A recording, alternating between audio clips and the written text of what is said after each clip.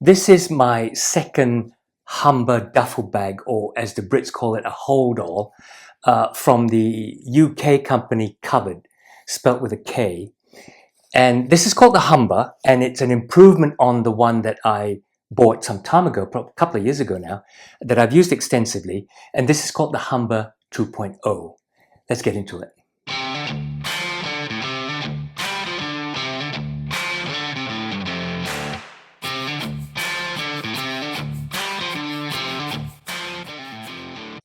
G'day, how you going? My name is Tech, if you're new here. Otherwise, welcome to Bootlosophy and glad to see you back. I acknowledge the traditional custodians of the lands that I film on, the Wajik people, Kalyakul, Wajik Noongar. Now, this is the Humber 2.0 from UK bag brand Kovered. I first bought the Humber, what the Brits call a Holdall, and what I think I would call a duffel bag, as would many of you probably. It's obviously a wax canvas duffel bag, and I first bought the original one in tan probably about 2 years ago now, and I saw that it had a new version called the Humber 2.0, and that made me quite interested. So let me go through the brand and I'll take you through the bag. So Kovered, I've just got some notes here. Kovered was founded in 2013 in Bath in the United Kingdom. It was founded by a small collective of engineers, designers, and environmentalists. So that's quite an interesting combination of different people who founded that brand. They make their bags by combining natural materials, old world design, as you can see here, and boutique craftsmanship, which I'll talk about in a minute. They believe in making as little impact on the environment as possible by using sustainable materials and taking decisions on how their products are made and shipped and so on. For example, the leathers that they use is often reclaimed leathers, and the canvas bags can often be repurposed for other things once they wear out. So they tend to reuse, recycle, and repurpose all their materials. And they, as I said, they really consider in their design, as well as the operation of their company and the delivery mechanisms, how to least impact the environment. There is one thing about this though. While their bags are designed in the UK, they are made in China and Vietnam. So you can draw your own conclusions about how they are careful about the environment when things are being shipped back and forth. So, we have to think about that. What happens though is they then hand finished back in the UK. So there is a middle process that's overseas. Each of their bags, interestingly enough, bears the name of a river in the UK. So the Humber is a river in the UK, as are the other products. So this one is the Humber 2.0, and the improvements on the previous one that I reviewed, so you can watch that one, and I have used that extensively. They use better quality zips, and in this case, they're using YKK zips. They're really, really nice and efficient little zips. They have branded zip pulls. In fact, it's very branded. You have a brand logo there. Your name and address holder has a logo, and just about every rivet has a logo, and every zip pull tag has a logo. Sometimes potentially a little bit overdone. They've replaced the tan canvas lining with a tartan wool lining, which I really like. I'll show you when it's inside.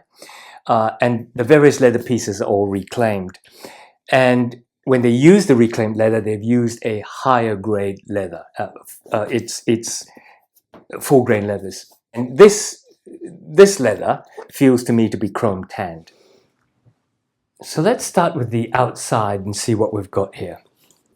This is a fairly thick wax canvas. I don't know where it's from, but it's not dissimilar to some of the British wax canvases that I've felt in jackets and other bags. It is highlighted by different reclaimed leather pieces. So you have, for example, the two handles on each side that's riveted down with buckles to adjust lengths and things into the body.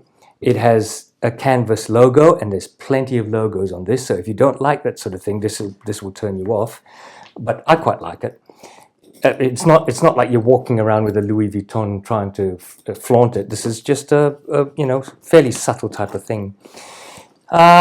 You have one big pocket to get into the inside, one big double tag zip, which I'll take you into in a minute. And then on the outside, you have a small zip pocket in here for maybe phones and passports and things that you might want to keep there where you don't have to delve inside. These handles go both sides. They're very securely sewn and then riveted down as well. And again, you can see the logo showing. Everything seems to be a steel nickel type combination hardware. There are these buckles, which honestly I don't see really much use for, because there's not a lot of tightening you can do. As you can see, they're just strapped down, but it's a good look. On the bottom, you have 4 feet, but the leather that surrounds the edge of the bottom doesn't go all the way through to protect it. I guess having said that, if this is good canvas, it's not going to need it. And it is lined with, it feels like cardboard. I don't know what it is inside. Then some accessories. You get a leather ID tag, I suppose, where you can put your name and how to return it and so on. You have this very nice type of hooks that you can clip them onto. On the other side, you also have this very short pocket, primarily I think for notebooks and phones and things. It's only about that big. Attached to all of the zips are zip pulls and tags, and they're all with a logo.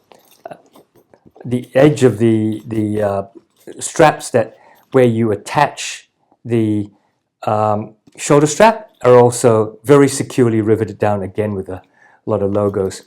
This is quite useful. When it's not very big, you can clip that on. When you're really filling it out, you can unclip it and the whole bag extends in height. I like the use of this, I think they're called parrot beak clips or something like that. Very secure, really nice. And this swivels too, so that makes it, you have a right side and a wrong side, but you can swivel it around. Let's get into it. Oh, before we get in, you also get a lock, which I didn't get with the version 1.0, and you get the key attached to it. Covered in leather, which is really interesting, and this thing, you can slip the key in and hide the key, and then put the whole thing in your pocket once you've locked it up. If you look inside, that's one of the new things, is this tartan lining. I think this is a great improvement on the 1.0. Inside the bag, plenty roomy, as you can see, plenty roomy. And on one side, there's a couple of flaps and pen holders.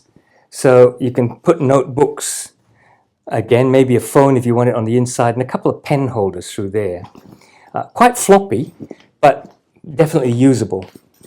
On the other side, you've got what looks like a zip pocket here with a zip, and when you unzip it, lots of room, pencils, that sort of thing. But what looks like a zip pocket is in fact almost like a front for an unzipped pocket. And then behind that, there is another zip pocket that's attached to the actual lining itself. So plenty of space to hide things, carry things, keep them separate from your clothes and other garbage that you're taking around. So all in all, I like this redesign. I like this moss green color as opposed to the tan color that I had before. Not that the zips were a problem, but getting YKK smooth zips is brilliant.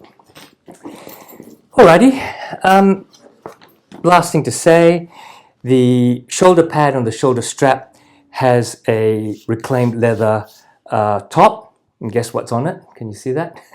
And then a wax canvas one underneath. It's, I think, important to note that this wax canvas doesn't rub off on your clothing. I found that with the other one. All right, let's sum up. So there you are. In terms of price, this sells for 150 pounds sterling. That converts to roughly 300 Australian dollars. Do you know, in terms of the value for that price, I think it's pretty good.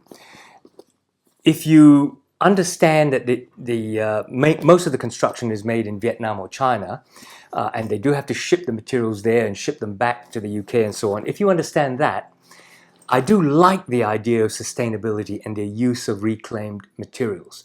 So it's a balance between, how you can put those two concepts together. Having said that, it's a nice size for, probably a 4 or 5 night trip on a trip. I have used mine for a week's trip when I go up north, my Humber 1.0, and it's light in itself, and therefore you can pack it full of things and still be able to carry it. The shoulder strap is very comfortable, I find. I haven't used this in anger yet. I haven't taken this outside on travels, but if it performs as well as the Humber 1.0, it's waterproof, lots of volume and space, I think it will work really, really well. So there you go. I hope you like this video. If you do, I'd love it if you would click on like. And if you haven't subscribed, I normally review boots, as you know. So if you like reviews of boots and all things heritage, I hope you subscribe. In the meantime, you take care out there, and I'll see you back here soon.